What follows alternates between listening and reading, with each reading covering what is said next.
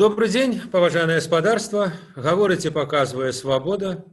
С вами «Пражский акцент», я, Юрий Дракохруст, и удзельники нашей передачи, знакомитый режиссер Андрей Курейчик. Андрей, привитание. Добрый. И так само знакомитый политичный аналитик Валер Булгаков. Валер, привитание. Добрый день. Спадарства тема вельмі натуральная, вынікі рэгістрацыі кандыдатаў ў прэзідэнты. Што цяпер? Давайте, можа, менш гаварыць пра тое, хто там чым кіраваўся, хаця мы, можа, і эту тэму закранем, а зараз все ж таки, што будзе заўтра, паслязаўтра, да 9 жніўня. Вось Андрей Дмітрыеў, які выступіў з такой нечакана, скажем так, выразнай, значнай прамовай, на гэтым пасяджэнні сказаў, выборы скончыліся. Ці сапраўды это так? Ці сапраўды вот момант ісціны это сёння, можа заўтра, можа паслязаўтра.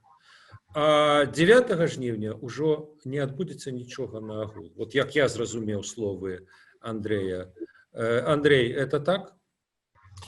Смотрите, да, тут просто вся разница, как мы понимаем, выборы. Выборы в демократическом плане и не начинались, да, для них не было ни условий, ни стандартов, которые обязательны для демократических выборов.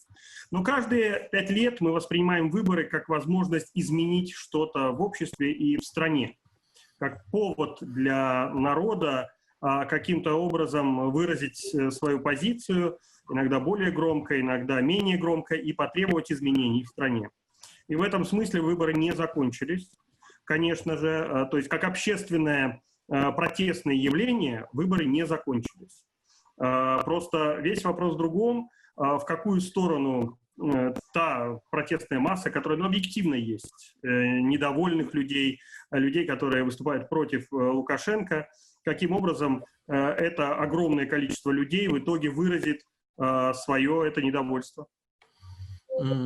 Валер, і вам тое ж пытанне. Вот вы в сваіх тэкстах на Фейсбуку так даволі пессімістычна глядзелі на ситуацию. Я так разумею, что у вас толькі дадалося, і можа сапраўды, вот як бы, как памятаете, была стужка, следство скончено, забудьте. Вот это той выпадок?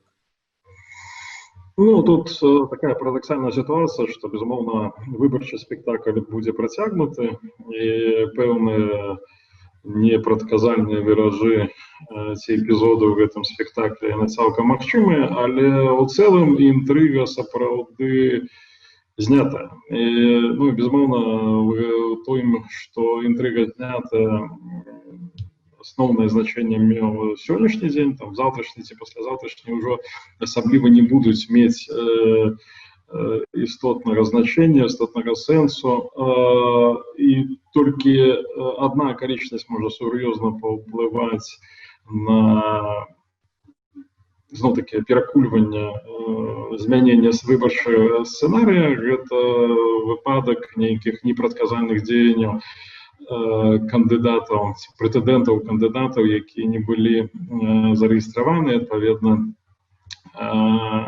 застаецца невялікая інтрыга, хаця яна ўжо фактычна цяпер уже не інтрыга, ці група падтрымкі Віктара Бабарыкі, ці, напрыклад, Валерыя Сапкалы здолее не толькі правесці прэс-канферэнцыю, але таксама даць нейкі ясны сігнал да публічных акцый пратэсту, незадавальнення сваім прыхільнікам. Але у цэлым я думаю, што гэта сапраўды так. Мы выходзім на фінішную прамую, дзе чакаць нейкіх непрадказальных рэчаў, якія б цалкам змянілі выбарчую драматургію, якія б маглі перакуліць да гары нагамі выбарчы спектакль, ужо не выпадае. Уже цяпер можна сказаць, што прэзідэнт Лукашенко з вялікай долай верагоднасцю пераможа з вынікам супастаўным з вынікам у 15 годзе, а тым людзям, якія чые прозвішчы будуць упісаны ў выбарчай бюлетэні, таксама будзе напісаны каля 1%, прыкладна так, як і было 5 гадоў тому назад. Валер, я вот прочитаў у некага карыстальніка Фейсбуку такую аналогію. Ну, паколькі, як казаў Акудович, Россия — это ўсход Беларусі, так что у нас аналогии России часто навиваются. Ну и вот теперешний вот этот карыстальник написал, ну вот Хабаровск, Фургал, Хабаровск зусім не Москва, зусім не Питер, але, ну, город, в принципе, стоит на ушах. И край стоит на ушах. Вось. Каких-то великих там организаций, великих планов 100-ходовых, так сказать, комбинаций нема, але тут просто люди вышли отстойваць, ну, я не ведаю, самі сябе. Яны, магчыма, таксама разумеюць, што расійская праваахоўная сістэма наўрад ці яго выпусціць. Ну, вот они вышли. А беларусы выйдуць?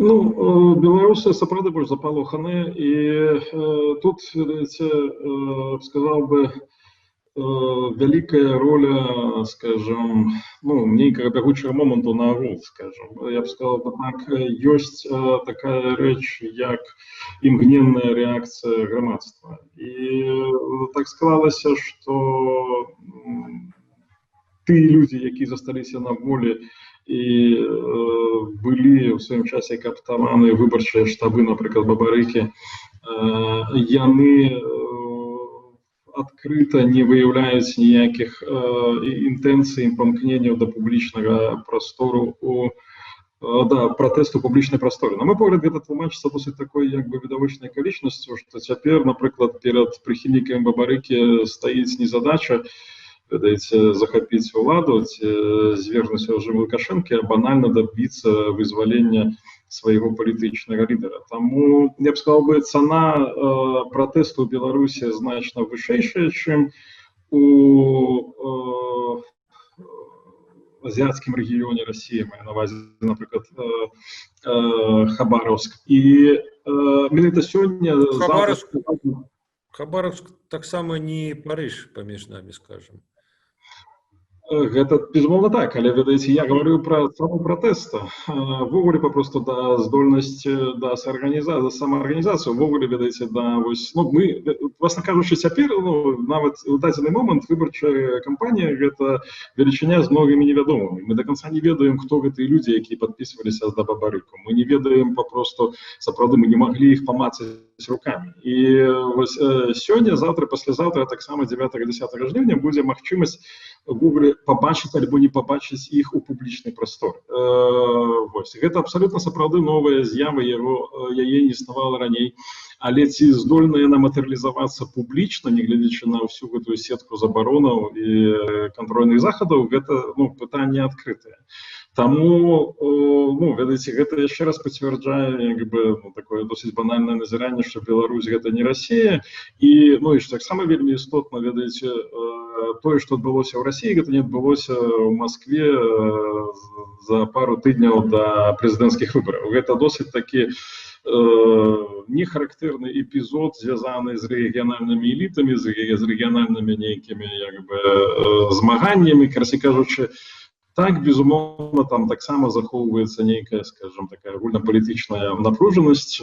Так, Путін правёл свой рэферэндум аб падаўжэнні сваіх прэзідэнцкіх паўнамоцтваў, але гэта абсалютна перыферыйны сюжэт, які, прынамсі, цяпер не асацыюецца з лёсамі гэтай краіны. У Беларусі абсалютна ўсё іначай, таму цана пратэста, цана публічных маніфестацый значна вышэйшая. Ну, мы в дадзеным выпадку не про Россию, але Андрей, вот Валер як бы сказал, что калі нейкие нечаканности, нейкие сюрпризы, они могут быть от кандидатов, которые все же зарегистрированы. А вот як бы от белорусского народу, я так разумею, Валер не чакае асабліва ніяких нечаканностей. А вы? Смотрите, да, ну, во-первых, я скажу два слова все-таки про Хабаровск. Я там делал два проекта в позапрошлом и прошлом году, и даже знаком с этим Фургалом, честно говоря. Значит, это абсолютный миф, что там самоорганизовались люди и вышли на улицы, потому что ЛДПР имеет невероятно мощные структуры там. Там вся дума городская — это только члены ЛДПР. естественно, там все руководство, члены ЛДПР, и эти люди там серьезно помогли с организацией этого всего. Поэтому как и там, так и здесь я верю только в организованный процесс. Я не верю ни в какую самоорганизацию, ее не было ни... ну, я имею в виду полной самоорганизации, ее не было ни на Майдане, ее не было ни в Грузии, ее не было ни в Армении, нигде. Все-таки, как ни крути, мы, избиратели, хотели бы, чтобы кто-то нас позвал или предложил нам какой-то план, и мы, как избиратели, вышли и этот план исполняли. Это должен быть план. Сейчас действительно такая ситуация, что штаб Бабарика очень боится, что если они начнут действовать активно, в СИЗО КГБ может что-то и нехорошее случиться и с Виктором, и с Эдуардом. И яны могут сами туда трапить, до речи, доехать. Могут сами туда, и явно, что как бы у власти есть этот рычаг заложников, как он часто делает, которыми можно манипулировать и которыми можно шантажировать. То же самое, кстати, у Светланы эта ситуация не намного лучше, просто там Сергей, он такой крепкий орешек, да, он не боится ни карцеров пока, во всяком случае, ничего не боится, и, ну, уже дальше карцера непонятно, что там можно сделать с Сергеем, чтобы на него надавить. Да, ну, Цепкало, все эти шантажи.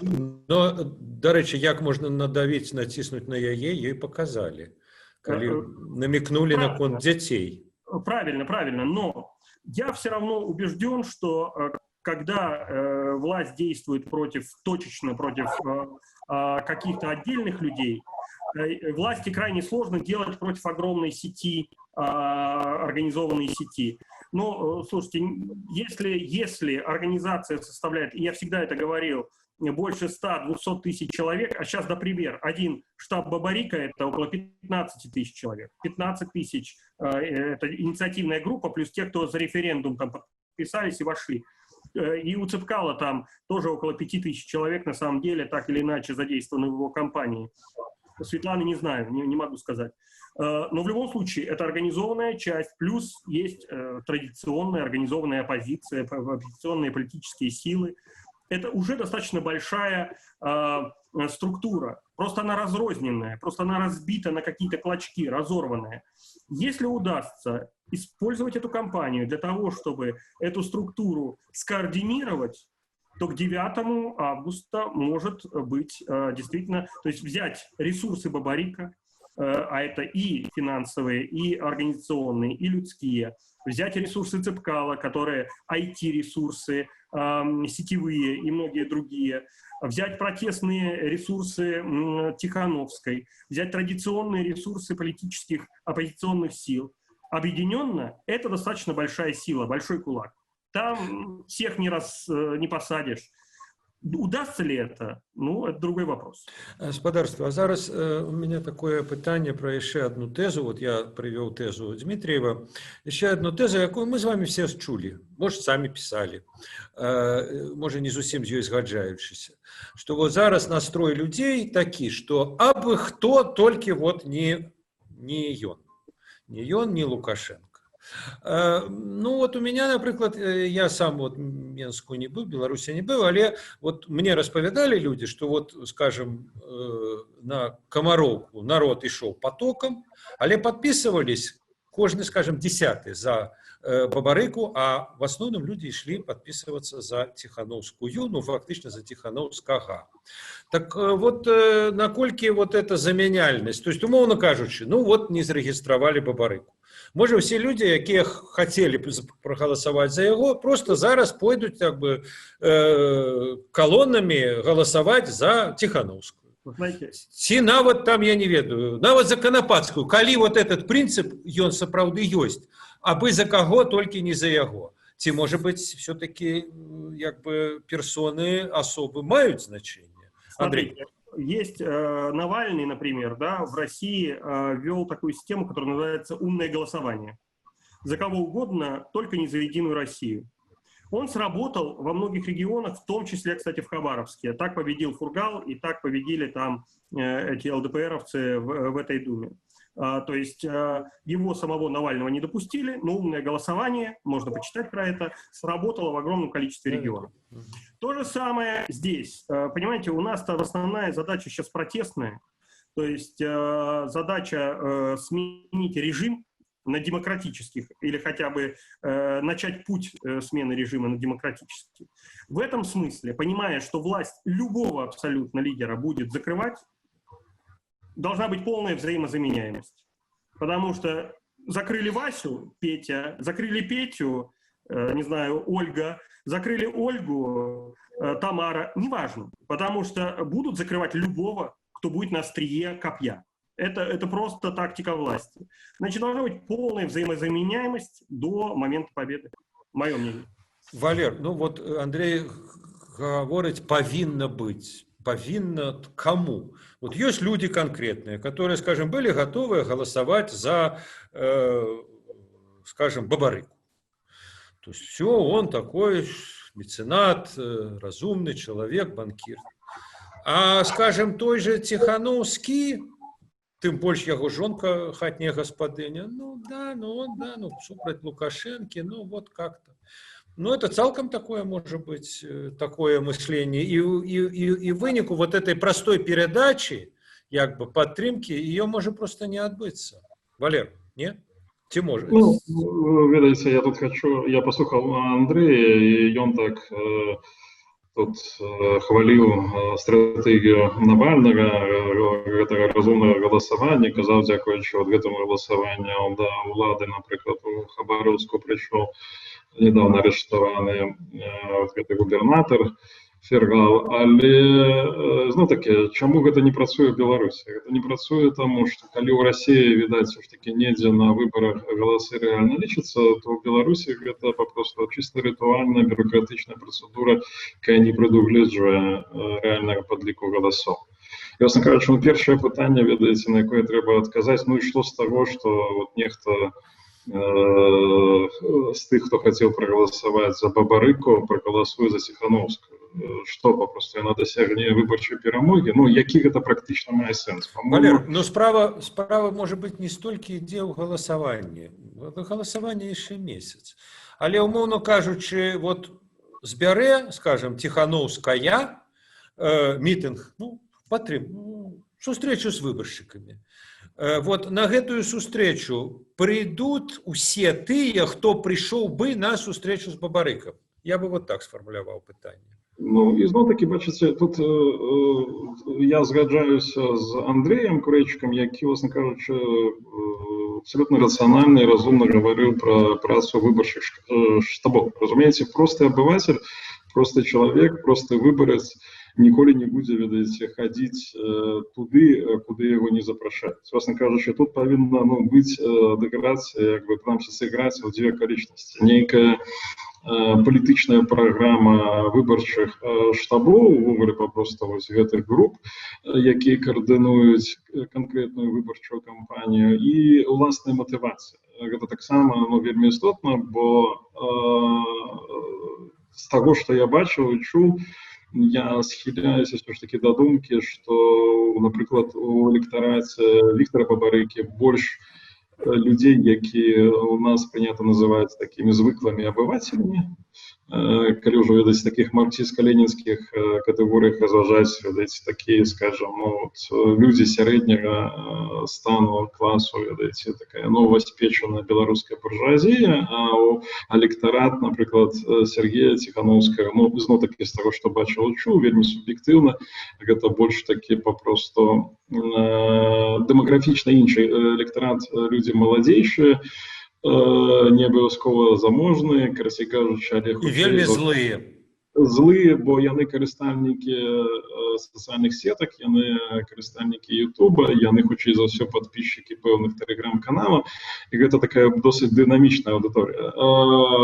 Вось, таму папросту тут, мусіць яшчэ нешта ўнутры выбухнуць гэтых людзей, каб выйсці. Але самае галоўнае, ведаеце, куды выйсці? власне кажучи, дзе тая прастора, куды гэтыя людзі могуць выйсці? Ці мы гаворым папросту нейкае віртуальнае такое выяўленне салідарнасці? Гэта таксама у паліттэхналагічным сэнсе вельмі істотна.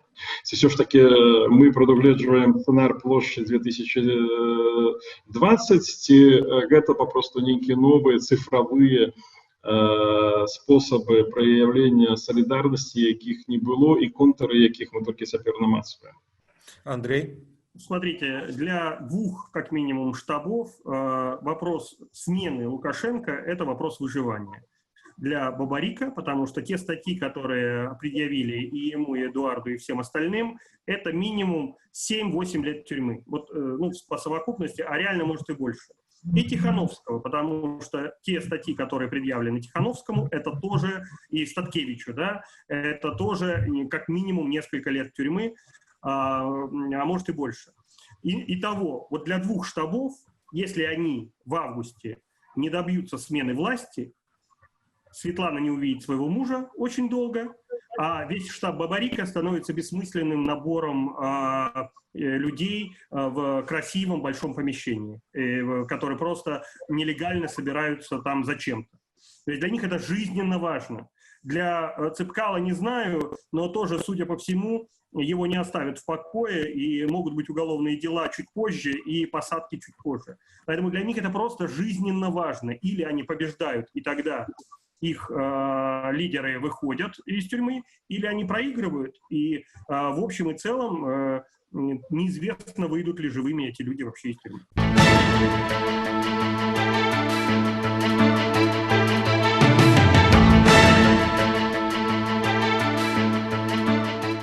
Ну, а вот конкретная ситуация, я вот спытаў Валера, вот на ваш погляд. Умоўна кажучы, людзі, якія гатовы былі б галасаваць за Бабарыку, да, вот збірае, скажем, дазволены легальны мітынг, легальны кандыдат у прэзідэнты Светлана Тихановская. Гэтыя людзі туды прыйдуць? Ну, их позовут, их может позвать, и тогда придут. Ну, я вас пытаю, а яны прыйдуць? Давайте проверим. Добра, давайте наступнае пытанне. Вот яшчэ одна ідэя, таксама яе агучыў штаб Бабарыкі, і сёння ізноў жа падтрымаў Дмітрыеў. Это як бы поход у назиральники. Давайте мы вылучим 100 тысяч назиральников и, так бы мовить, назиранием, что называется, режим задавим. Ну, я не ведаю, коли можно откинуть як бы кандидата, коли можно откинуть подписи, так можно и назиральников. Нет, понятно, что считать никто не будет. Вопрос ведь в другом. Вы представляете себе, на участков 5000, да, там меньше даже чуть-чуть, 100 тысяч человек. Это значит, 20 человек будут официально разрешены присутствовать на участке. Комиссия – это 12 человек, там, или сколько, 10-12 человек. И плюс 20 человек постоянно на каждом участке в стране. Это своего рода, на самом деле, это не совсем назирание, да? Это акция, по большому счету. Это те же 100 тысяч человек, просто они не в одном месте на площади, а разбросаны по 20 человек на каждый участок в этой стране. Это, на самом деле, очень серьезная история. И поэтому, даже если потом к участкам придут люди проверять свои голоса, там уже будет костяк, там уже будет ядро. Это, на самом деле, очень серьезная история. Валер, ну, вам ізноў жа як пессімісту, наколькі это сур'ёзная гісторыя? Вот, до речі, сёння Дмітрыев агучыў чутку, что нібыто беларуская ўлада, цэнтральная выбарчая камісія на блакітным воку, так сказать, у нас з аднаго боку психоз, а с другого боку у нас эпидемичная ситуация. А раз эпидемичная ситуация, то только 2 назиральники. Вот. А всем остальным 20, про якія сказал Андрей, привет горячий. У нас эпидемия, пандемия, товарищи. Может быть. Вот. Да можно просто отхилить. Вот накольки я ведаю, партии вылучили своих назиральников у комиссии, им сказали, ну там БНФ сдается 1 человек, АГП 1. А все астатняе это Белая Русь, там БРСМ и іншыя, так сказать, паважаныя арганізацыі. Як вы ставіцеся вот да этой ідэі, да ее реалізуемасці 100 тысяч назіральнікаў? Ну, я тут бачу, ведаеце, сапраўды разрыв паміж, в гэтым пункце паміж старой і новай апазіцыяй, ці людзьмі, якія раней прэзентавалі палітычную альтэрнатыву і цяпер прэзентуюць. І такое адчуванне у мяне з'явілася не цяпер, яно з'явілася ў сувязі з, напрыклад, заявамі самого Віктора Бабарыкі, які там досыць адзін раз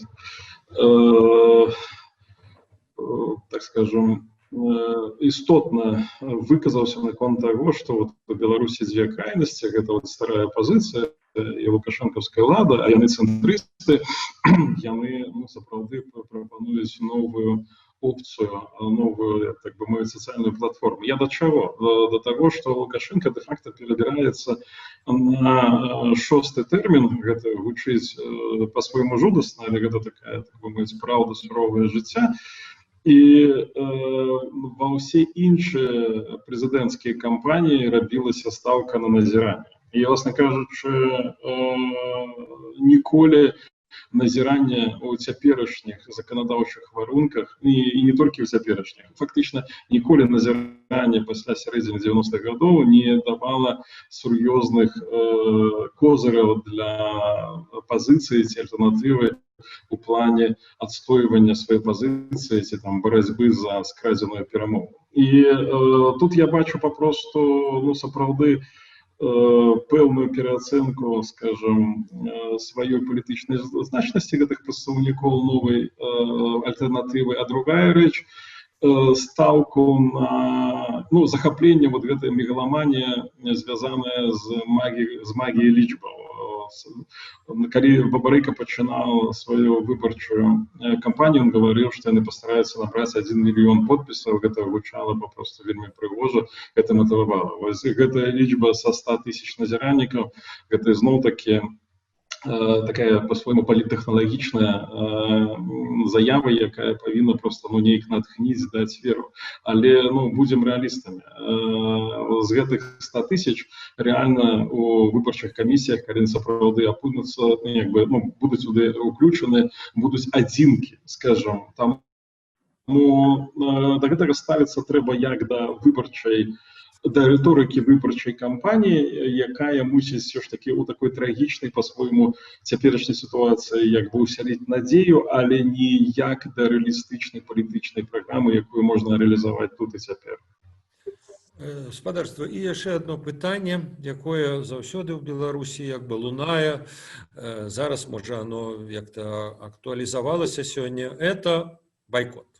Байкот, ігнор, неудзел, не будем тут чапляться до слова, то есть словом, чтобы люди проголосовали ногами, не пошли на гэтые вот такие выборы, якія вот.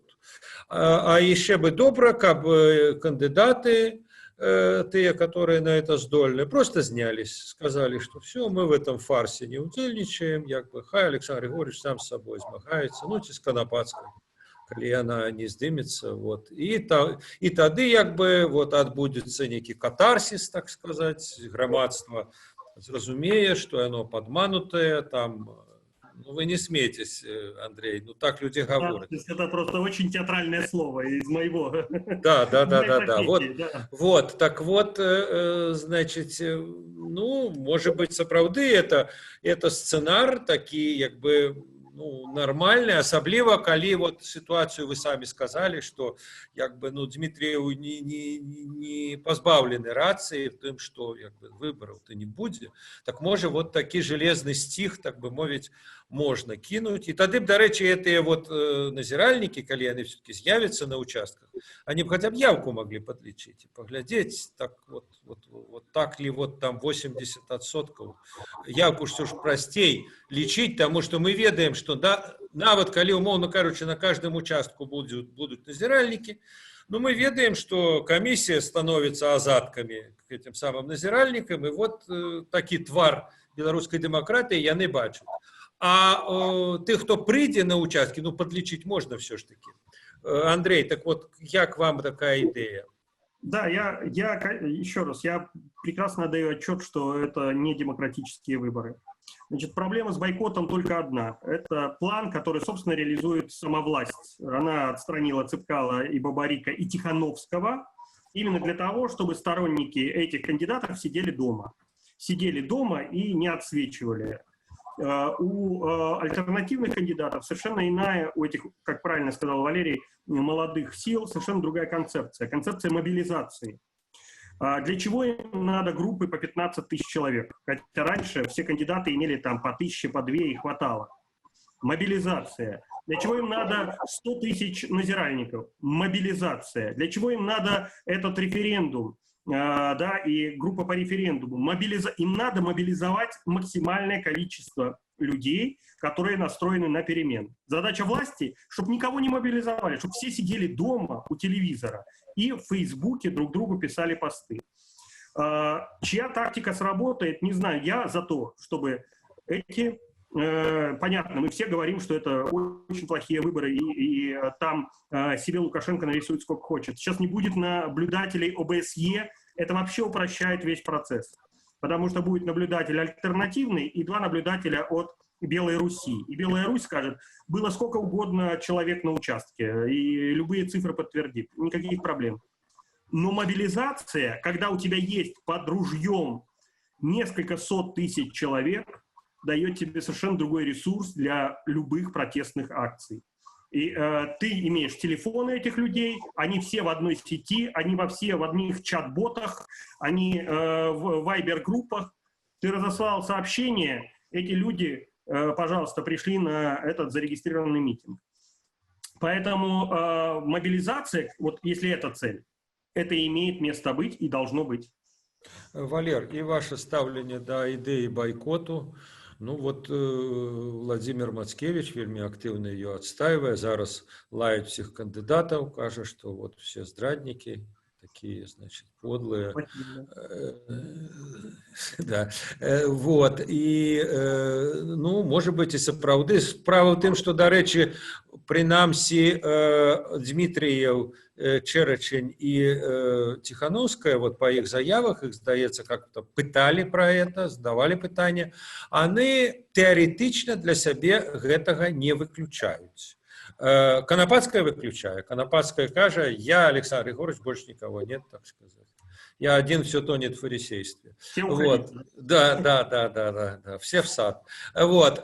Ну, а вот як вы ставитесь до магчымасці бойкоту и особливо и до магчымасці того, что вот 3 кандидата, принамсі 3, они просто сдымутся?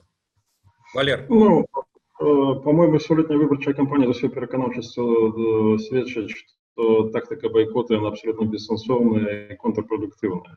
Власне кажучи, белорусское громадство сапраўды было сколыхнутое тем, что з'явилися новые политики, ці принаймні новые люди, які заявили про свои політичні амбіції. І тут інше питання, що зараз ми перейшли черговий Рубікон, що, як ми вже на початку означили, интрига выборчая фактично зникла, что теперь мы подходим до самого дня выборов, ведаючи ті рамки, які навязывает нам белорусский режим, и усведомляючи, что хоч за все гэтые правила, гэтые рамки нам не удастся порушить. Але, по-моему, на вот цяперашняй ситуации любые заклики до бойкоту, яны значит менш эффективные в плане, ну, не ведаю, можно гэта сказать, мобилизации, ці вовремя консолидации, ці самое головное, так бы мовить, узворушение громадства як такого, чым ісці до конца и спрабаваць працягваць свою гульню у тых надзвычай цяжкіх акалічнасцях, калі, напрыклад, браць лёсы Тихановскага ці Бабарыкі, ці того ж самого Миколы Статкевича, якого мы сегодня не згадывали, короче кажучи, ісці до конца. Бо,